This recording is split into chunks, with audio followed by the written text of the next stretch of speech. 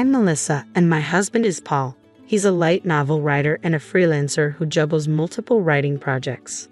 I assist him as a secretary at his home office. On a typical day, I was deep into work alongside Paul. As the clock struck 3 p.m., I yearned for a brief break. Yet our tranquility was shattered by the abrupt thud of the front door swinging open. Paul and I exchanged worried glances, bracing ourselves for what was to come. Party time. The living room door swung open with a bang, courtesy of Paul's older sister, Donna. Despite supposedly residing at her parents' house, she made a daily appearance at 3 p.m., indulging in tea and devouring all the snacks we had received as gifts before heading home. Once more, I found myself engrossed in work. Can't you see we're busy? Can't this wait? Don't be such a killjoy. I just want my tea, Donna retorted, unfazed by our irritation. Who do you think you're talking to? Donna flung herself onto the couch, crossing her legs with an air of entitlement. True to form, she raided our snack stash, filling the room with the loud crunching of her indulgence. Listen, it's beyond belief, Donna, I vented, frustration bubbling. She's so presumptuous and arrogant, acting like the world revolves around her. She claims to be a live streamer, but who knows how much she actually earns or anything about her work-from-home setup. And then she has the nerve to demand tea from me, her sister-in-law, as if I'm her personal servant. And as a result, Donna receives a scolding from my in-laws, though it's merely a temporary halt to her behavior. This demeanor has persisted since I first began dating Paul in high school, so it doesn't faze me much. Handle it yourself, I retorted. Don't you dare sass me, Donna shot back, her words punctuated by the scattering of snacks from her mouth to the floor. You dare talk back to me? You're the newcomer here. You should know your place. As the eldest daughter, I demand respect. If you can't handle it, then maybe you should consider a divorce. I was seething with anger at Donna's remark, but it was Paul who displayed frustration first. That's it. You're being unbearable. Leave. What? Hold on. Paul rose from his seat, seized Donna's arm, and escorted her out, her protests echoing through the room. And if you ever use the spare key we misplaced to barge in here again, I won't be so forgiving. I'll be informing Mom and Dad about this. Enough, Donna. Enough fuss, Paul commanded firmly. He reached the front door, where Donna continued her complaints, and secured the chain lock, ensuring she couldn't barge in again. With deliberate clarity, he made sure Donna heard the lock clicking into place. Then Paul swiftly dialed a number on his phone. Dad? Donna's here again. Just a moment. Paul paused to address his father. The persistent knocking on the door echoed throughout the room, but eventually it ceased. It seemed Donna had finally relented and departed. Paul and I breathed a collective sigh of relief. I'm sorry for the trouble. Donna's presence seemed to prompt an apology from me. No need to apologize. Donna's been treating Paul like a servant since she was little. Paul, being gentle and quiet, never pushed back. But ever since we got together and married, he's been learning to stand up for himself, I explained. However, it's been almost 2 years since we married, and her constant visits need addressing. She even showed up uninvited while we had guests recently. Lately, our editor has been dropping by, typically between 3 and 4 p.m. Donna once even tried to flirt with the editor, asking, I'm his sister, what are your hobbies? It was so embarrassing that we've had to arrange for the editor to visit in the mornings instead. Paul prefers to focus on work in the mornings, you see. I heard from your mother-in-law that Donna feels uncomfortable at home. Maybe she's like a hermit there, and her frustration might be directed at us due to her parents' nagging. I'm sorry. I should be better at keeping her at a distance. Don't stress about it, I reassured my partner. By the way, don't forget, we're heading to your parents' place to discuss restaurant options for their 60th birthday celebration. We could bring up Donna's situation then, I suggested. Great idea. It's high time we addressed it. I spoke to Dad earlier, and he wasn't aware Donna had taken the spare key. But they do change its hiding spot regularly, don't they? My partner responded. Yeah, Dad recently stashed it in his wallet, which caused a bit of a hiccup, I confirmed. What's the matter? I inquired. It appears that some money went missing along with the key, my partner responded solemnly. What? But she's denying it, so tensions are running high back at home. I expressed concern. I was hesitant to broach the topic given the circumstances, but I truly appreciate my in-laws, who have been kind to me since high school. I'm determined to properly celebrate their 60th birthdays, I affirmed. I want your parents to have a wonderful time. We'll address the issue when the moment is appropriate, I assured my partner. Agreed. Oh, speaking of which, what type of restaurant did you have in mind? I've compiled a list of options. Want to review them? My partner suggested. Sure, let's take a look, I replied.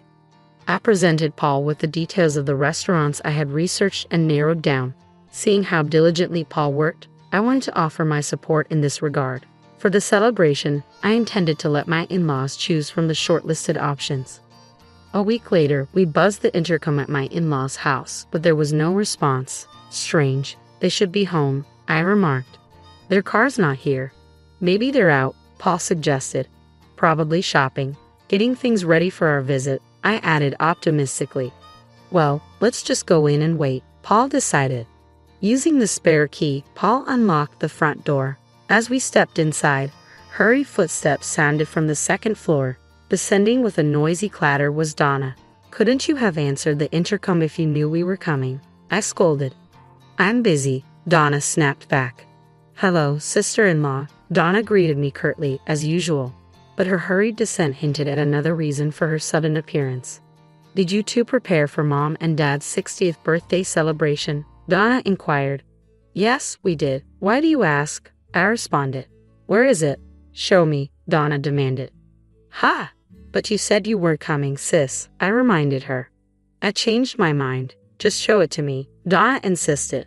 Here it is, Paul replied, revealing the setup. Originally, Donna had planned to skip the celebration altogether. Do we really need to celebrate that? She had remarked. But the true reason behind her reluctance was something unexpected from a daughter. Yet for some unknown reason, she decided to join. Oh, look at the esteemed writer, huh? You must be swimming in success. This fancy restaurant you've chosen, quite the high roller move, Donna remarked, eyeing the information she snatched from Paul with a snide chuckle. Why do you have to say things that irritate me? Paul snapped back.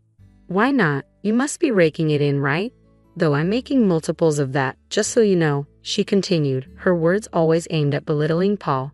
If she truly earned multiples of his income, she'd easily clear 6 figures annually. However, there's no evidence to support this claim. Also, it was Melissa who selected the restaurant. Okay, can you please stop being so rude? Donna's intense stare made me uneasy. I instinctively retreated, asking, what's on your mind? But Donna proceeded to utter something utterly outrageous. Ah, there it is, Paul. You're finally witnessing this woman's true nature, aren't you? What? Oh, never mind. I'm excited for the celebration. Catch you later. Paul brushed off the comment. Donna then forcefully ushered both of us out the door. Strangely, she held onto the document, continuing her disruptive behavior yet again. Well, no big deal. We can print out the restaurant details whenever we need to, and then we can show my in-laws the photos to confirm, I reassured Paul. As it happened, our in-laws had completely forgotten about our visit that day and had gone to a Sunday farmers market instead. They apologized to us later for the mix-up. With the venue finalized and the reservation complete, we eagerly awaited the day of the 60th birthday celebration. As we arrived on site, Donna and our parents were already there. Despite our earlier awkward exchange with Donna, we tried to push it aside. However, her smug smile directed at me sparked a sense of unease. Nevertheless, we proceeded into the restaurant. We were led to a private room, exquisitely designed in traditional Japanese style, surpassing the beauty depicted in online photos. Just as my in-laws began to admire the room with smiles on their faces, Donna interjected from behind us, her grin mischievous. Don't let yourselves be deceived, Mom and Dad, she remarked suddenly. Suddenly, Donna pointed a finger at me and shouted, You're after our family's wealth, aren't you? Her accusation startled not only me but also Paul, my father-in-law, and my mother-in-law, leaving us all in blank surprise. Wealth? What? I stammered, utterly confused by the sudden accusation. What nonsense. We're just an ordinary middle-class family, Paul angrily interjected, but Donna's theatrics were far from over. As the eldest daughter, I'm set to inherit this house. You're planning to target my parents too, aren't you? I won't be fooled, Donna continued, her tone accusatory. I really don't understand what you're talking about. Why would you think I'd do such a thing? I attempted to reason, but Donna seemed unwilling to engage in dialogue. I've seen right through you from the start. You're a dangerous woman. Getting close to Paul, and now this, Donna accused. That's absurd, Paul and I have been together since high school. If wealth was my goal, I would have chosen differently, I defended, incredulous. Donna merely snickered at Paul's disbelief and continued her tirade. A woman not after money would have picked a more modest restaurant. But look at this lineup. All expensive places, she boasted. Donna thrust some documents she had taken from Paul a few days ago into our hands. What's the point? I asked. Don't you see? This woman believes she can manipulate your wealth however she pleases. Simple-minded men, Donna jeered, bursting into laughter, oblivious to our growing realization of the situation's hopelessness. I won't hand over the family's wealth. Paul, do you see now? This woman's true colors, Donna declared, urging Paul to understand. Having her as family is a nuisance. You two should divorce. Paul, this is an order from your elder sister for the peace and security of our home. You need to divorce her and leave. Stay away from my parents, Donna yelled, advancing towards me aggressively. That's when Paul intervened, stepping between Donna and me. What on earth are you saying? Apologize to Melissa right now. Wait a moment, Dad, Paul interjected. What's this about money? Absurd. Melissa has been helping us organize our 60th birthday celebration, and you should be doing the same. Instead, you're creating unnecessary drama, Paul's father interjected. No, Dad, take a look at this, Donna insisted, flustered as she hurriedly handed the documents to her father. My father-in-law perused the documents. If you look closely, you'll understand. She's chosen outrageously expensive venues. She's draining the wealth of a middle-class family like ours, and all the expenses are falling on you and Mom, right? Am I mistaken? He concluded with a heavy sigh. Paul and I, along with my mother-in-law, were left speechless. Oh, what? Paul's confusion was evident. She's claiming we're footing the bill for the 60th birthday celebration, I clarified. Huh? Donna's eyes widened in surprise. Well, it would be rather odd for the honoree to foot the bill, she reasoned. Wait a moment, so you're insinuating Melissa is still spending Paul's money recklessly? See, I knew it all along, Donna accused. What nonsense is this? Melissa works alongside me, and you know my salary supports us both. There's no reason for concern, Paul countered. But, Donna faltered. And what's your take on this, Mom? Donna turned to her mother, hoping for support. My mother-in-law stood there, silently, her head bowed. Exactly, Mom, you understand, right? Donna appealed. Listen, each of these venues holds cherished memories for your father and me, my mother-in-law explained. Donna was stunned. Melissa specifically consulted us about it. She wanted to incorporate our memories into the celebration and choose a menu based on them, my mother-in-law continued. No way, your disrespectful accusations are truly shameful. My mother-in-law's voice quivered with emotion. Tana was finally realizing her misconceptions, but it was too late to amend her errors, a realization that would soon become painfully clear. You've caused enough trouble. You're not welcome here anymore. Go home, Paul's father declared. But Dad, why are you being so harsh? I'm your daughter. You can't just throw me out, Donna protested. But you were planning on not attending in the first place, weren't you? Don't worry about the cancellation fee. I'll cover it, Paul's father replied firmly. Wait, hold on. It seems we failed in raising you properly. We've indulged you as our daughter, but now we've reached our limit. Leaving is for the best. Don't make decisions without consulting us, Paul's mother added, turning to Donna. I agree. What do you, Paul, and Melissa think?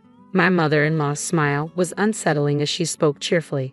Donna looked at us with teary eyes as if pleading for help, but I remembered your sister's advice not to intervene in family matters. No, that was about my parents, I interjected. Ah, I see. Then I'll keep my distance. Please leave, my mother-in-law concluded, her tone final. Sister-in-law, Donna reached out for me, but my father-in-law swiftly intervened, positioning himself between Donna and me. Go home, he commanded, his voice low and stern. Donna glanced at my father-in-law's determined expression, recoiled, and promptly exited the restaurant. Afterward, we celebrated my in-laws' 60th birthdays and savored our meal. Upon returning home, it was apparent that Donna had been sulking. However, my father-in-law reiterated that she should leave. Donna burst into tears and caused a scene, prompting us to contemplate sending her to a rehabilitation facility. I'm not sick, she spat out before disappearing. Rumors circulated that she found a job at a dormitory, but she struggled to maintain it, frequently changing jobs and addresses. Meanwhile, we remained dedicated to our daily grind. Our bond with my in-laws remained strong, and we cherished our time together. While we couldn't help but worry about our sister-in-law's well-being, we had no desire to endure her selfish behavior again. My priority remained supporting my husband so he could devote more energy to his work. I've already invested $60,000 simply to ensure your happiness. Yet, how could you reduce me to merely a wallet or an ATM? We don't recall ever soliciting your assistance. Lily, Max's wife, scoffed with disdain. Why don't you attempt to cease the payments if they trouble you so much? After all, I am quite capable of handling it myself, Max added in a dismissive tone, echoing his wife's sentiments. Even Max, my eldest son whom I've raised, behaves in such a manner. After coercing me into covering the costs of a $20,000 engagement party and then a $40,000 wedding, they have the audacity to treat me like this. They only perceive me as a source of funds, lamented Chloe, Max's mother, feeling disheartened by the lack of gratitude. I must have made a mistake in raising my son. I'll never allow them to manipulate me again, Chloe declared, firm in her resolve. I've heard you loud and clear, Max retorted. Are you sure about that? You know we won't let you see your grandchild, right? He threatened. You don't have to. I'd be more than happy to discontinue the payments, Chloe responded calmly. From that point on, Max and Lily faced a steep decline in their fortunes, having treated Chloe like a bottomless source of money. My name is Chloe. I'm 56 years old. I've been struggling alone ever since my husband passed away 12 years ago. Between my job and raising my 2 children, I've always had my hands full, Chloe reflected on her life. I'm currently an executive at a decent company that I've been with since before I got married. To the outside world, I guess you could call me a career woman, she continued. The children who were high schoolers when my husband died have now graduated college and are working, so I'm a bit relieved. I just wish they'd settle down and start their own family soon, Chloe sighed, contemplating her future. Living comfortably in the condominium that she used to share with her children, Chloe's life took an unexpected turn when Max called her one day. I want to introduce you to a woman I'm thinking of marrying, Max said excitedly. Delighted, Chloe agreed, and when Max brought Lily, his fiancée, to meet her, Chloe couldn't help but be proud. Nice to meet you. I look forward to getting to know you, Chloe greeted Lily warmly. The woman Max introduced as Lily was a receptionist at his company, strikingly beautiful, and Chloe couldn't help but feel pleased that her son had found someone like her. Congratulations to you both. I'm here to support your happiness, Chloe said, beaming with joy. Their conversation flowed, and eventually, the topic of the engagement party arose. We're planning to have an engagement party soon, Max informed Chloe. I need to start preparations. Then, Mom, could you cover the $20,000 cost for the engagement party? Max sprung the request on Chloe, his mother. Taken aback by the hefty sum, Chloe hesitated momentarily. I thought the average cost was around $10,000. However, seeing their happy faces, I couldn't refuse and agreed.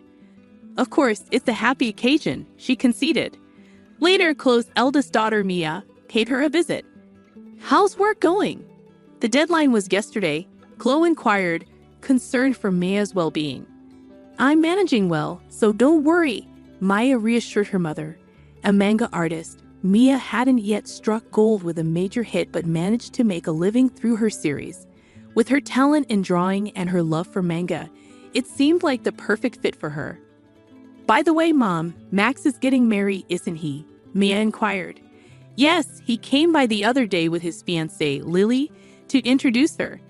They've asked for $20,000 for the engagement party, Chloe informed Mia. Wow, $20,000 is a hefty sum for sure, Maya remarked. It's not like that. Apparently, they're going to split it for their wedding funds and to send gifts of gratitude. Is that how it works? Chloe wondered aloud. On the day of the engagement party, Chloe handed over the promised $20,000. Both Lily and her parents looked delighted. We'll use this to start our new life together, they exclaimed, stashing away the money. There were no gifts of gratitude that Chloe expected, but she reminded herself that this was typical of engagement parties. As long as they could have a happy marriage, she reasoned, it was okay. However, a few days later, Max dropped a bombshell. I want a grand wedding with lots of company and connections invited, maybe around 250 people, he announced. That sounds wonderful. And with that, Mom, I'd like to ask you to cover the upfront cost of the wedding, Max requested. What? I was under the impression that weddings were funded by the couple themselves, Chloe protested. I'm counting on you, Mom. It's pretty standard for parents to pay for the wedding, but didn't I give a lot of money for the engagement party? Lily's parents are frail and can't contribute, and I'll give you back the wedding gift, Max pressed on, leaving Chloe feeling reluctant to agree. I opened the bill Max had brought, and to my shock, the amount totaled $40,000. The idea of such an upfront cost made my head spin. How grand of a wedding were they planning? Wait a minute, isn't this a bit too much? Why not have a wedding within your means? I questioned, feeling overwhelmed. It's a once-in-a-lifetime event, and Lily doesn't want to compromise. Plus, don't you want Lily's parents to see how happy she is? Max countered, cornering me. Being pressured like that, I couldn't refuse. All right, it's indeed a joyous once-in-a-lifetime occasion, I conceded reluctantly. Seeing my consent, Max smiled and thanked me before leaving the room. Later, I transferred the upfront cost of $40,000 to the wedding venue. It was difficult to part with the money I had been saving for my retirement, but I told myself it was for my child's happiness. 2 months later, on the wedding day, the venue was more luxurious than I had anticipated. Mia and I arrived early in the morning to change into our dresses and get our hair done. As I approached the bride and groom's dressing room to knock, I'd overheard their conversation.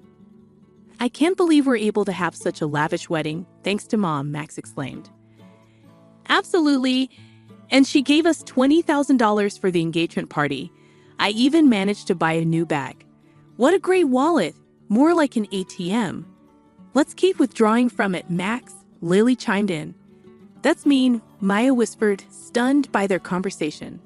Lily continued gleefully, if we ask her, she'll probably cover the rest of the wedding costs, right?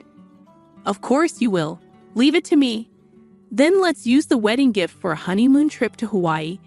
And of course, we'll take my parents along. How about buying a high-rise apartment for our new home? That sounds perfect. Let's get my mother to cover the cost. She does have the money, after all, Max proposed eagerly. My hand, raised to knock on the door, trembled. Mia gently held my shoulder and led me away from the door, breathing slowly. I grasped Mia's hand, which rested gently on my shoulder, and whispered, Mia, there's something I need you to look into when the ceremony starts. Of course, Mom. Leave it to me, Maya assured me. And so Max and Lily's wedding commenced. From their vows in the chapel to the toasts at the start of the reception, my mind was consumed with the conversation between Max and Lily earlier. Even as the MC introduced me and the spotlight fell on me, all I could manage was a bow. Mia, who had been circulating and offering toasts, returned to me. Mom, I checked with Lily's relatives. Both of her parents are perfectly healthy. That's horrible. We need to confront them. I'll be right there with you, I declared. Just as Mia spoke, it was time for the first wardrobe change. Lily exited first, followed by Max. As Max emerged, the MC announced, now the groom will exit escorted by his mother, Chloe, who raised him single-handedly. Summoned, I walked down the aisle to meet Max.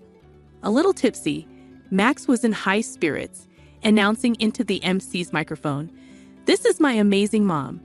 Keeping a straight face, I walked beside Max, exited the hall, and headed straight to the dressing room where Maya was waiting. She approached Max and began, Max, there's something I need to ask you.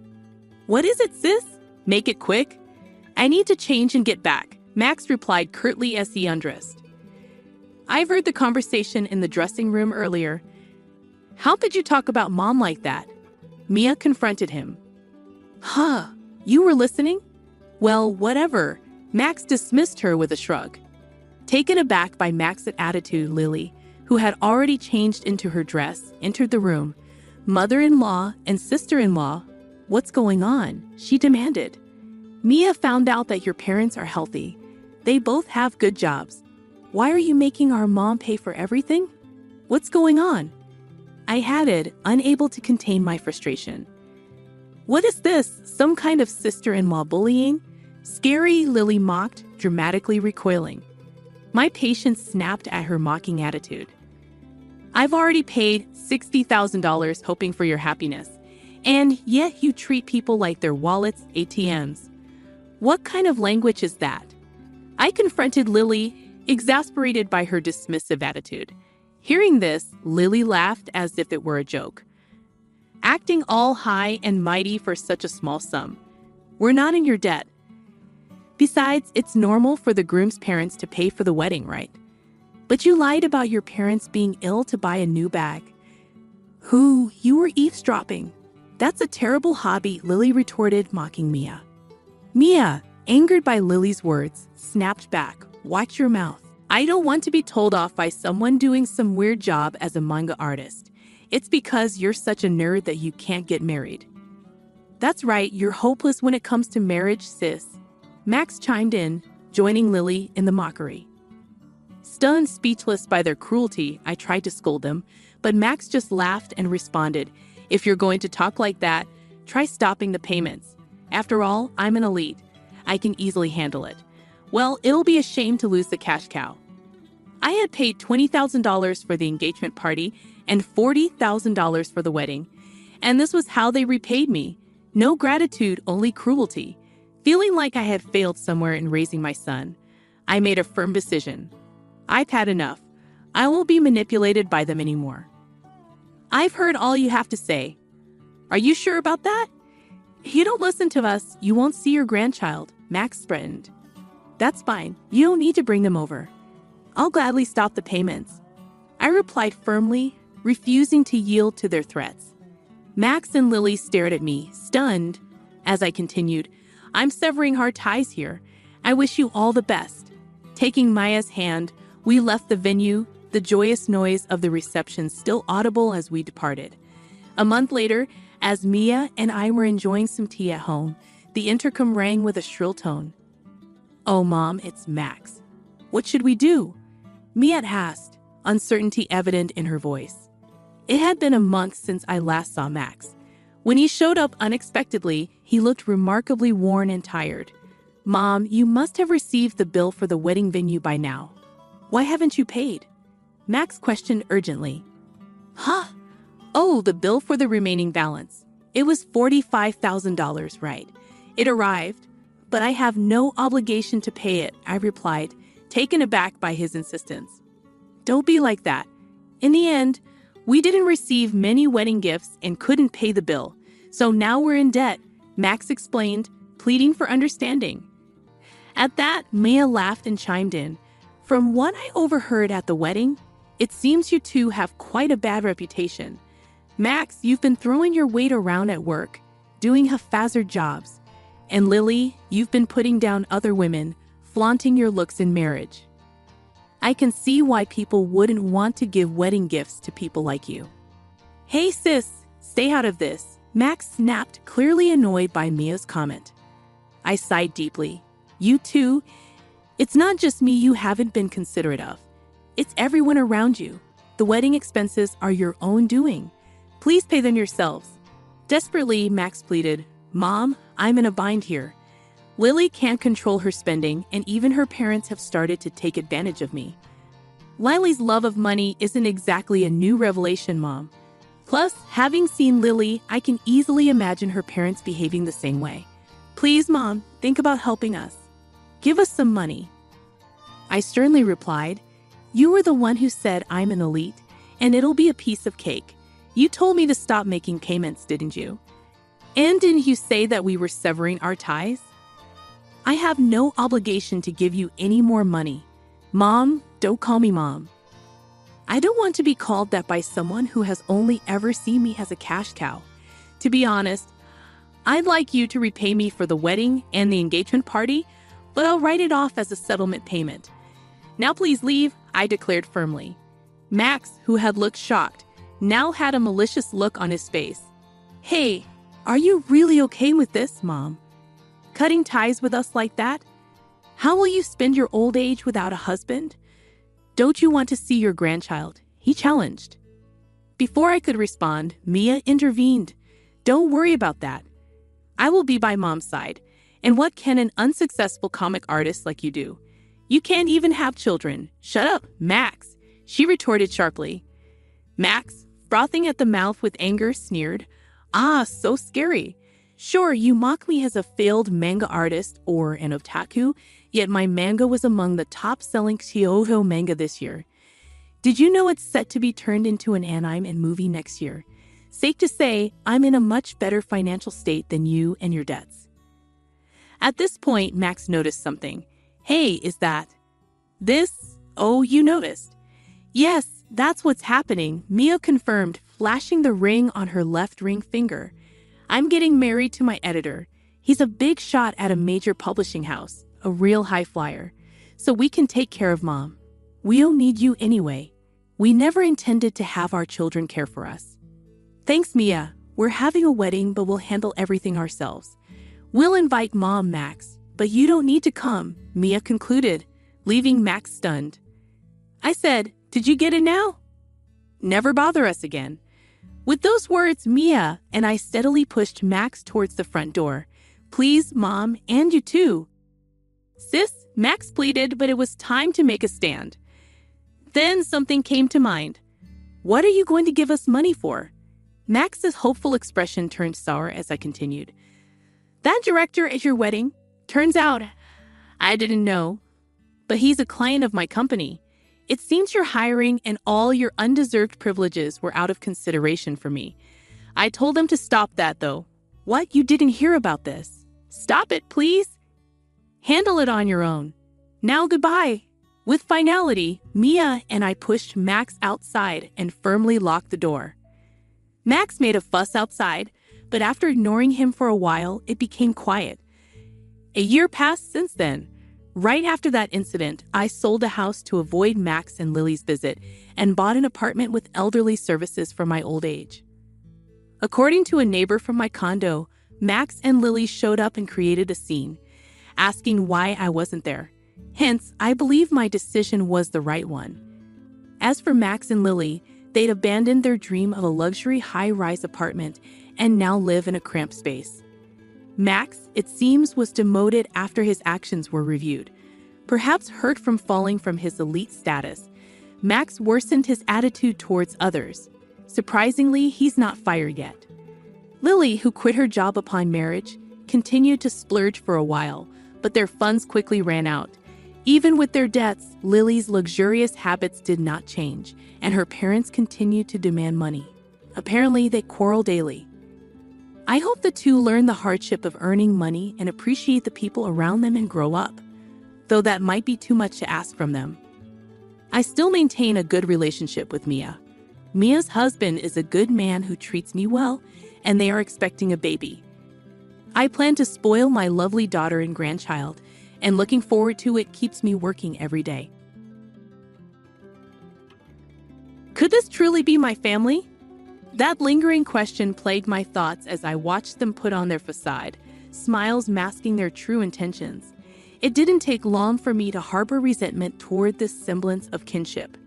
My name is Samantha, a 28-year-old homemaker. A year ago, I exchanged vows and moved back into my childhood home with my new family. Our circumstances unraveled due to 3 undeniable reasons. Firstly, my father's company succumbed to bankruptcy, leaving him adrift in a sea of unemployment. Secondly, my elder brother Ryan remains jobless, a fact deemed intolerable in the eyes of our family patriarch. Despite his claims of being a YouTuber, our parents failed to perceive his endeavor as legitimate employment. Thirdly, the looming presence of my mother's terminal illness hangs over us like a dark cloud. Diagnosed shortly before my marriage, she was given a mere 2 years to live. The convergence of these events unfolded in rapid succession, altering the fabric of our lives irreversibly. My father proposed that my husband, Alex, move in with us. Given their close bond and frequent shared moments over drinks, Alex readily agreed. Considering my mother's condition, I too consented to the arrangement, feeling grateful for Alex's support. I was determined to care for my parents to the best of my ability. However, as the year passed since our marriage and cohabitation, my patience with my brother Ryan began to wear thin. It's been quite some time. Why are you content with being a housewife when dad is without a job? Isn't it odd that you're not contributing financially? Do you even understand the gravity of mom's situation? What would happen if I didn't handle the household chores, laundry, and meals, Ryan? It's me who's taking care of it all. Your tone drips with sarcasm, yet you have the audacity to speak to me in such a manner. And what about your so-called work from home? Oh, you mean those meager earnings from your side hustle? That hardly qualifies as real work. I don't need to hear this from you, Ryan. Find a real job. Clear? Those words sliced through me like a knife, igniting a firestorm of indignation within. His unfounded accusations left me feeling unjustly attacked, as if I were being painted as the villain in a story I had no part in. When I sought solace in Alex's counsel, his dismissive response of "he's probably just stressed, don't pay him any mind," offered little comfort, failing to grasp the gravity of my predicament. With my mother's illness weighing heavily on my mind, my brother's callous behavior only added fuel to the fire of my frustration. I couldn't shake the nagging question of whether he even cared about our mother's well-being. His indifference seemed glaringly obvious, leaving me to grapple with mounting stress and anxiety. Hey, looks like my workload might be ramping up. If it does, I might have to skip our usual spa trips for a while.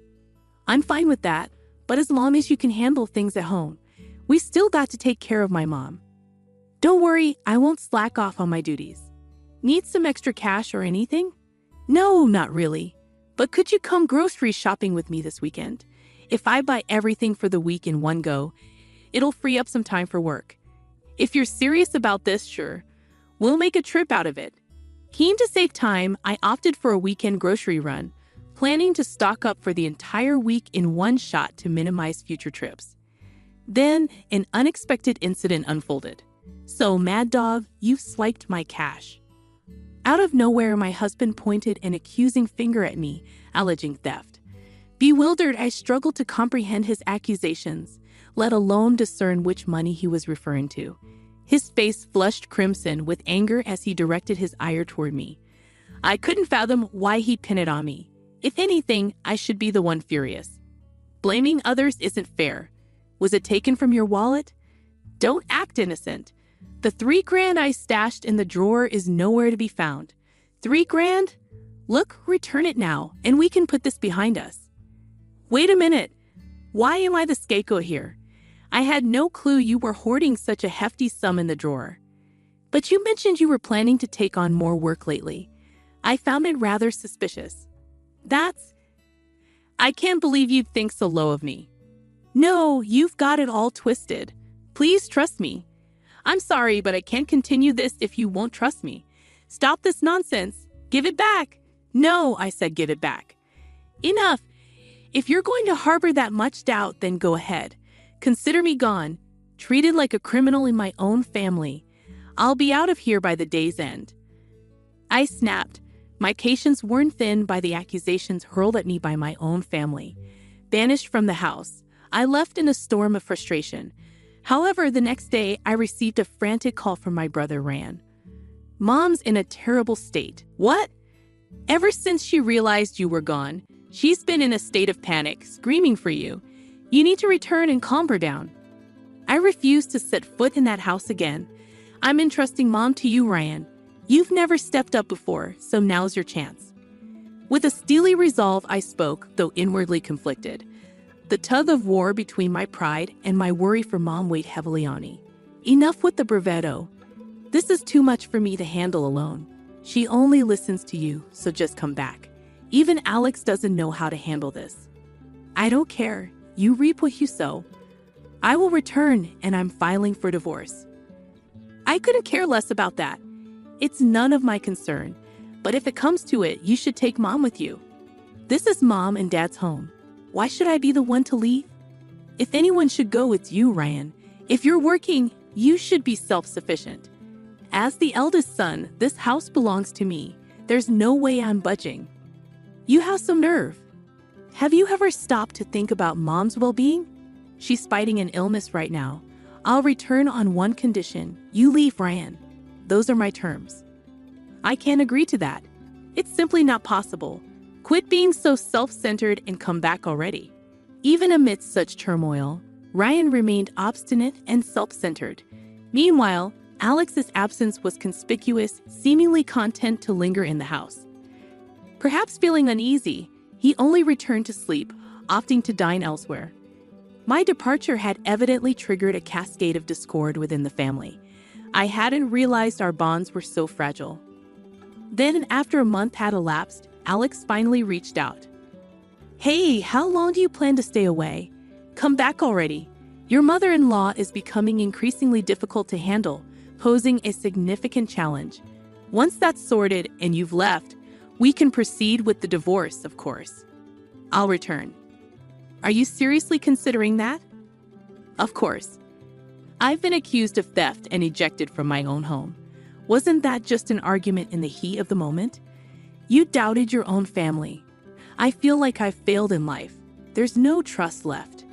Don't be ridiculous. The money is missing, and you're the only logical suspect.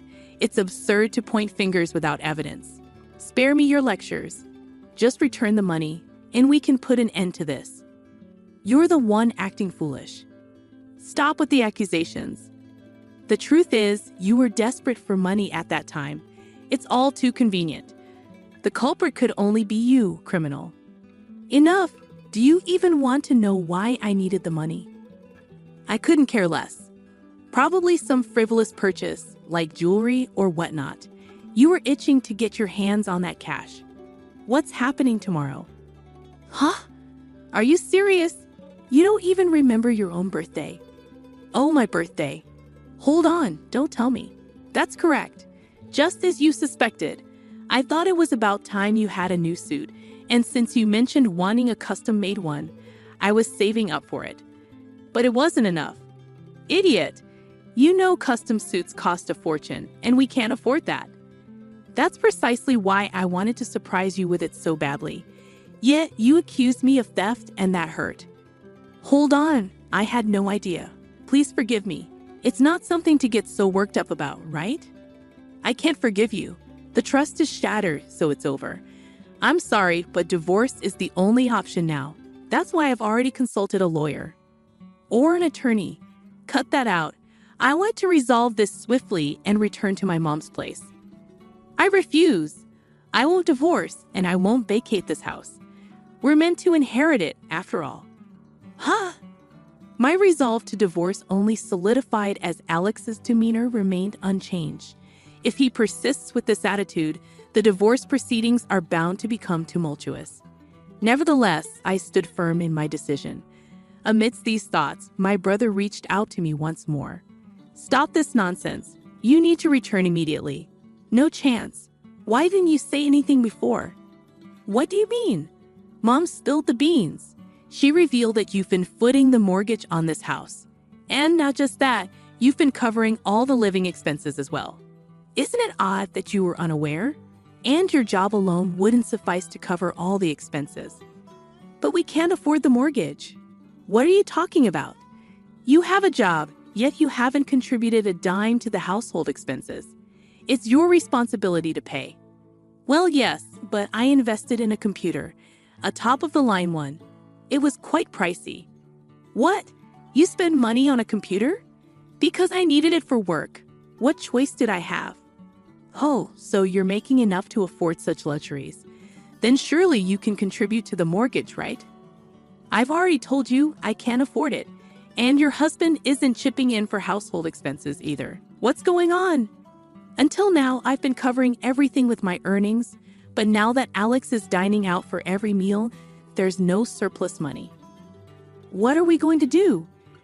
We need to come up with a solution fast. If we don't pay the mortgage, we'll end up homeless. And what about Mom and Dad? I had reached my limit with my brother's self-centered mindset. Enough already.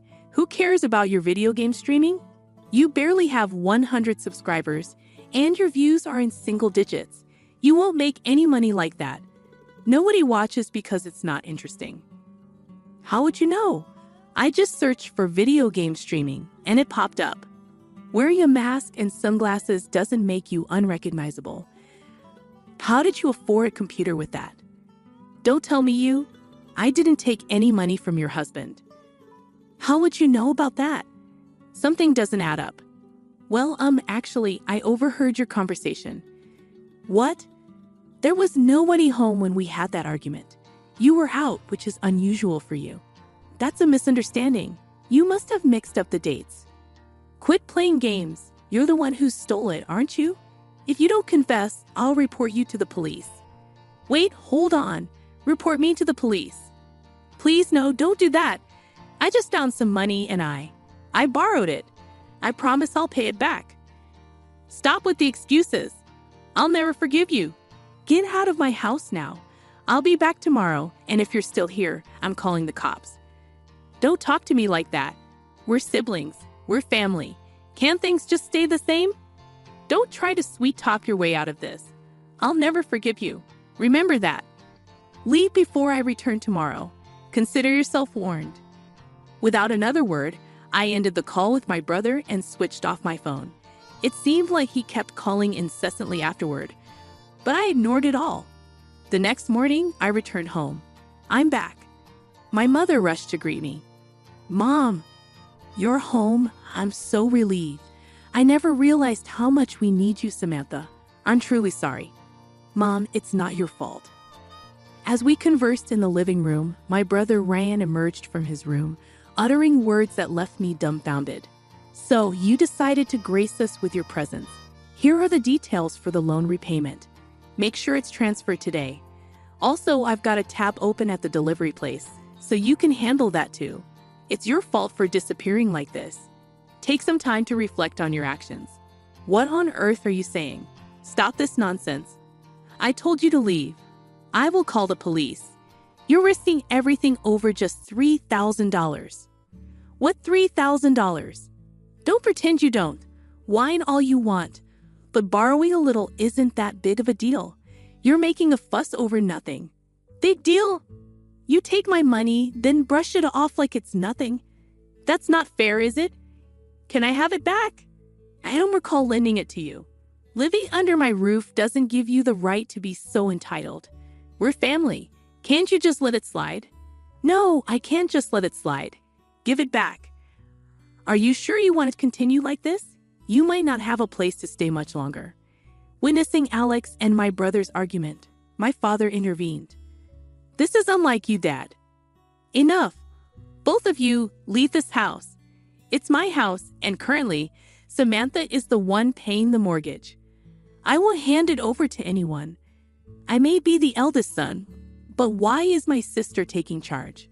You're just the eldest son in name. What have you accomplished? You've been holed up, gaming all day. No job, just coasting on the money I've earned, right? You're over 40. Act your age. Leave. That's too harsh. Isn't it heartless to kick out a man with no means? I've been saying this for ages. This isn't a sudden problem. You could sell that computer of yours. You're not even working. Wait a minute. When I say leave, you leave. And that includes you. What? But I haven't done anything. Haven't done anything? Who drove Samantha away, treating her like a criminal? Marriage is built on trust. Once that's broken, family falls apart. I apologize. I'm sorry. But it was your son, Ryan, who stole, wasn't it? Don't pin it all on me. You befriended me just to worm your way into inheriting my assets, didn't you? The moment I lost my job and the company's collapse, you treated me like dirt because I'm a broke father, right? How despicable. What a vile person you are. I don't want to lay eyes on you. Get out. Don't you dare mess with me. My father's words left me stunned.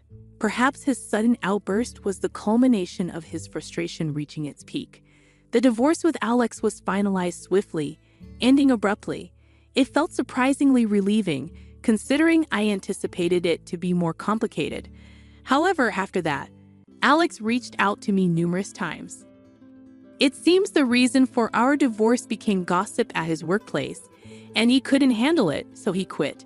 He needs to realize that relying on others' money won't lead him anywhere, and my brother appears to be struggling, taking up a cleaning job at the station.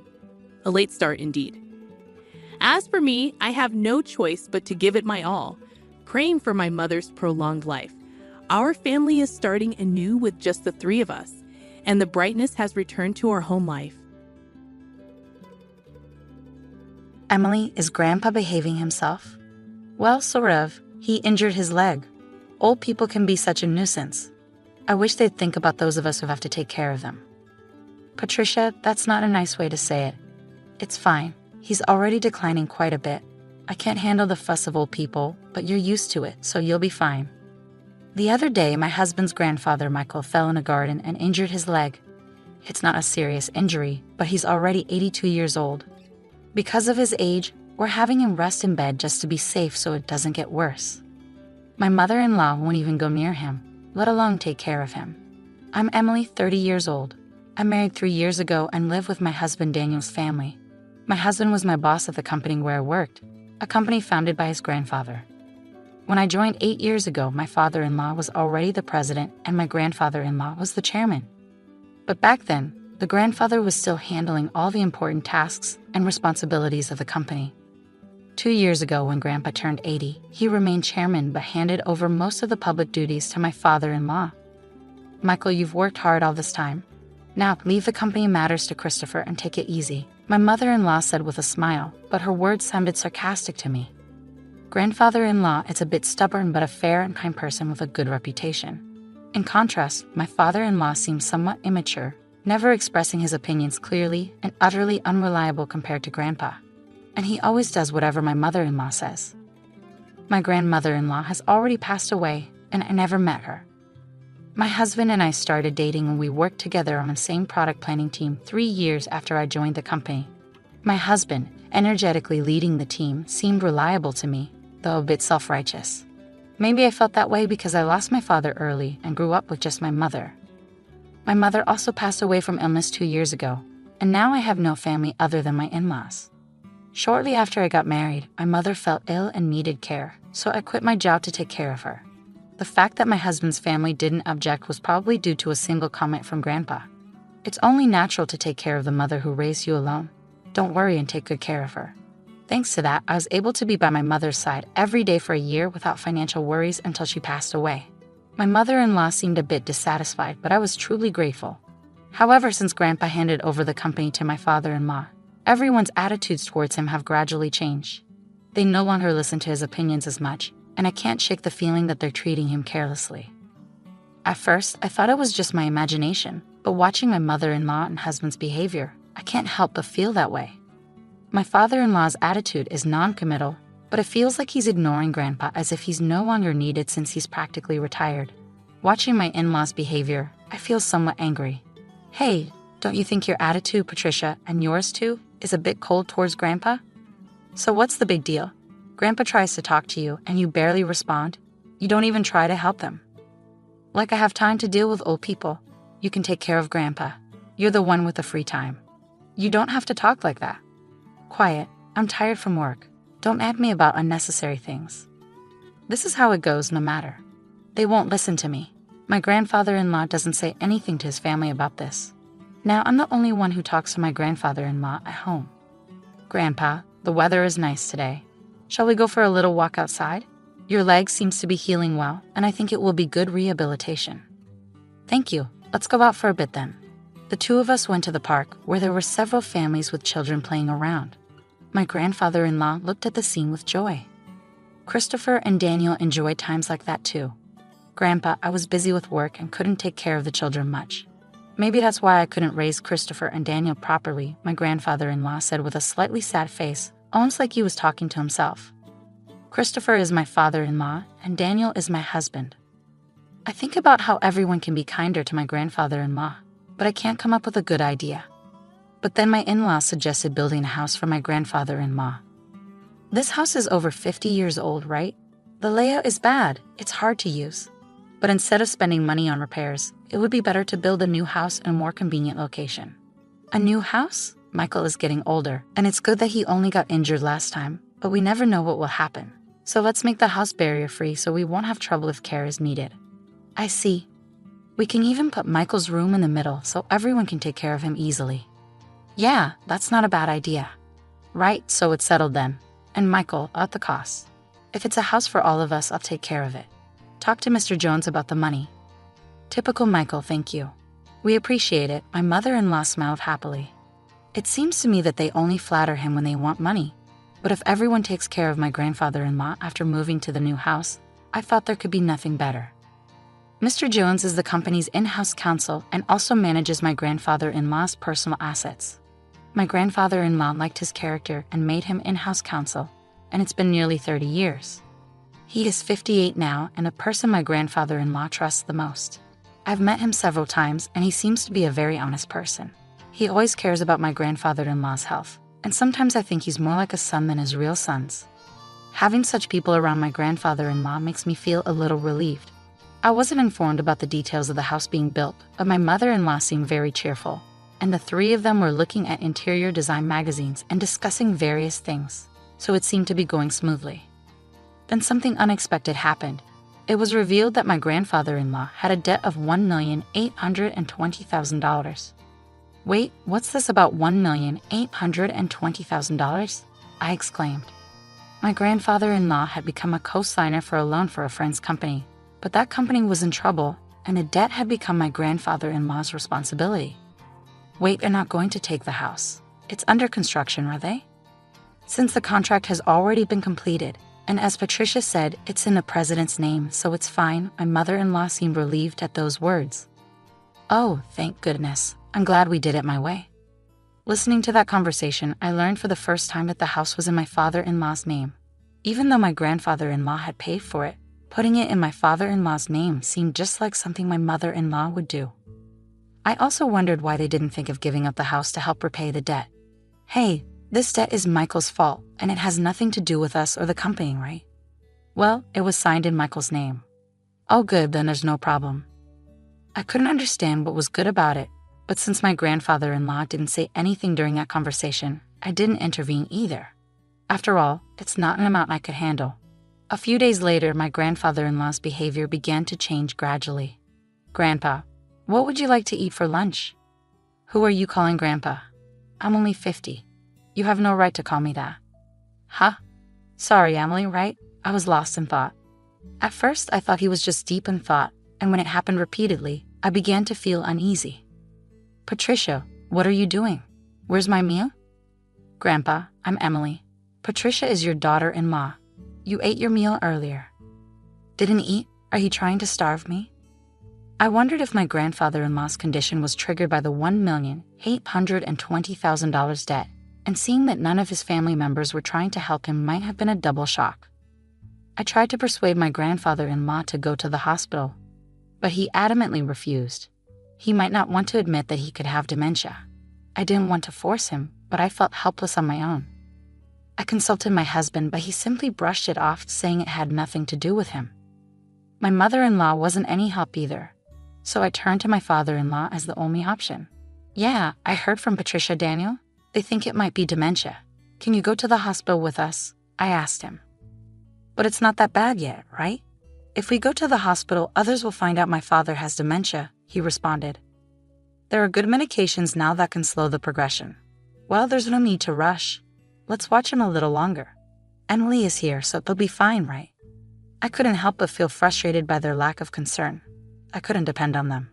Grandpa, let's go to the hospital. Let's get you properly examined, I urged. Who are you?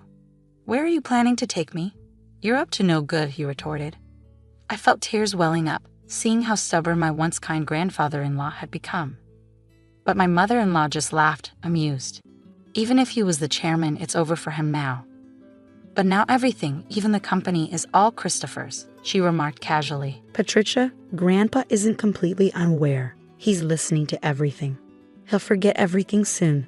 He'll start wandering, dribbling. Just thinking about it gives me chills. He's nothing but a nuisance now, I protested. How can you say that? Grandpa has worked hard for the family all of his life. My mother-in-law's words made me both angry and sad. But my grandfather-in-law just smiled. See, this old man doesn't understand anything, she added, laughing. Patricia, I was furious at my mother-in-law's callousness.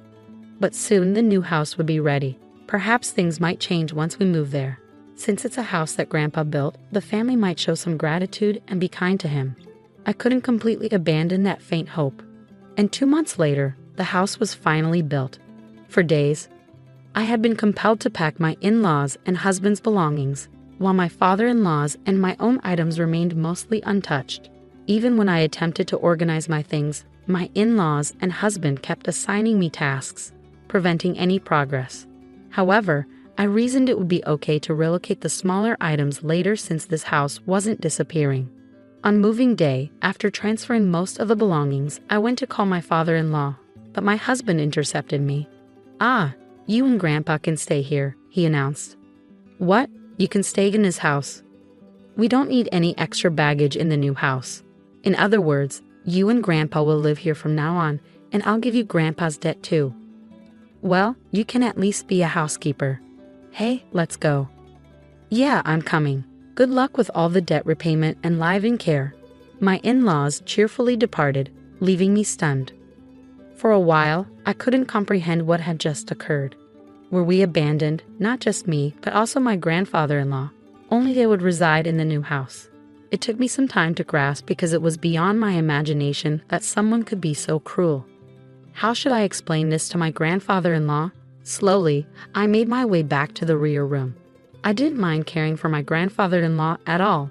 That was my intention from the start. As I timidly prepared to call out to him, noticing his back facing me, he seemed to sense my presence and turned around before I could speak. "Have they gone already?" His expression as he uttered those words looked entirely different from what it had been just months ago. To be honest, he seemed like a different person. I wondered if a new symptom had emerged, but the next moment my grandfather-in-law smiled, and his subsequent words caught me off guard. As I was talking to my grandfather-in-law, Mr. Jones came. "Chairman, have you finished getting rid of the unnecessary staff?" "Yes, it's all done. Let's go, shall we?" Where are we going?" "Of course, to the new house." I left the house where I had been residing, guided by my grandfather-in-law, without fully understanding what was unfolding.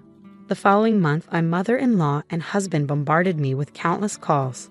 My grandfather-in-law declared he wouldn't entertain their calls anymore, but I answered my husband's call due to the looming divorce. "Hey, Emily, is Grandpa with you? When I went to the old house, it was up for sale. It's not worth $1,820,000, so you can't repay the debt." "Is that why you did that?" my husband interrogated. "What do you mean? Put Grandpa on." "Dad said he can't get in touch at all. That forgetful old man has done something outrageous." I knew what he was referring to, but I wanted to hear my husband's side of the story. Grandpa sold the company's stocks to the executive director. Thanks to that, the executive director became the largest shareholder, and a shareholders' meeting and board meeting were held, resulting in Dad being dismissed as president. But the executive director is well-liked, and maybe Grandpa thought it was better to hand over the company to him. The executive director must have deceived the senile old man into selling the stocks. This is invalid. You seem to be misunderstanding something, but Grandpa doesn't have dementia. If anything, he seems more coherent than before. What? Until that moving day, I genuinely believed that my grandfather-in-law had dementia. It appears that my grandfather-in-law harbored suspicions from the moment my mother-in-law mentioned building a house to live with him. So he devised a plan. He feigned dementia to observe how my in-laws and husband would react. As anticipated, they revealed their true colors, one after another. In the end, they left my grandfather-in-law and me behind. I struggled to contain my laughter because everything unfolded exactly as I had expected. My grandfather-in-law then said, I found myself surprised, relieved, and slightly conflicted. To deceive the enemy, you must first deceive your allies, my grandfather-in-law chuckled. It seemed he had been receiving regular updates on the company from the executive director and Mr. Jones. With my grandfather-in-law gone, my father-in-law and husband acted as they pleased, self-righteous, and completely ignoring the opinions of the employees, often entertaining at the company's expense. Eventually, my grandfather-in-law handed over the company to my father-in-law, but he harbored concerns about the future, leading him to take decisive action. In the end, he decided he couldn't entrust it to his son and left it to the executive director. I explained. What about the $1,820,000 debt? My husband inquired. That's gone now, I replied. Indeed, my grandfather-in-law had been a guarantor for a friend's dad, but he had personal assets exceeding that amount. However, I deliberately omitted this information to avoid my mother-in-law and husband targeting those assets. The friend was the son of a benefactor who had helped my father-in-law when he was young. Moreover, the countryside land owned by the son was going to be developed into a resort, allowing him to sell it at a high price. I explained further. You're kidding, my husband exclaimed. More importantly, are you guys okay? I asked, concerned. We're not okay. Both my father and I were denounced by the company. What should we do now? My husband lamented. Well, there's also the mortgage on the house, I revealed. What? What do you mean, the mortgage on the house? My husband was taken aback. Haven't you realized it yet? The house money should have all been paid by Grandpa, I clarified. Christopher signed without checking everything. It shows he really didn't have the qualities of a president, I added. You're kidding, my husband sighed. As a consequence, my parents-in-law lost the house they had built because they couldn't pay the mortgage. Now they reside in an old apartment over 50 years old, struggling to repay the unpaid loan. Despite their alternating attempts to contact me, suggesting we all live together, it was impossible now. My grandfather-in-law retired from his chairman position and bought an old house in the countryside. Emily, you can go and live wherever you like freely. You don't have to worry about living expenses, my grandfather-in-law assured me. But I chose to be with him. If I'm not in the way, please let me be with you, I expressed, tears welling up in my eyes. My grandfather-in-law's eyes welled up too. Thanks to Mr. Jones, the divorce was finalized and procedures were taken to exclude my former father-in-law and former husband from inheritance. I became my grandfather-in-law's adopted daughter. If anything happens to him, I intend to take care of him until the end. Now, the two of us enjoy working in the fields together. Dad, look at this radish, it's big, I exclaimed as warm moments flowed in the pouring sunlight. I wish for these days to continue,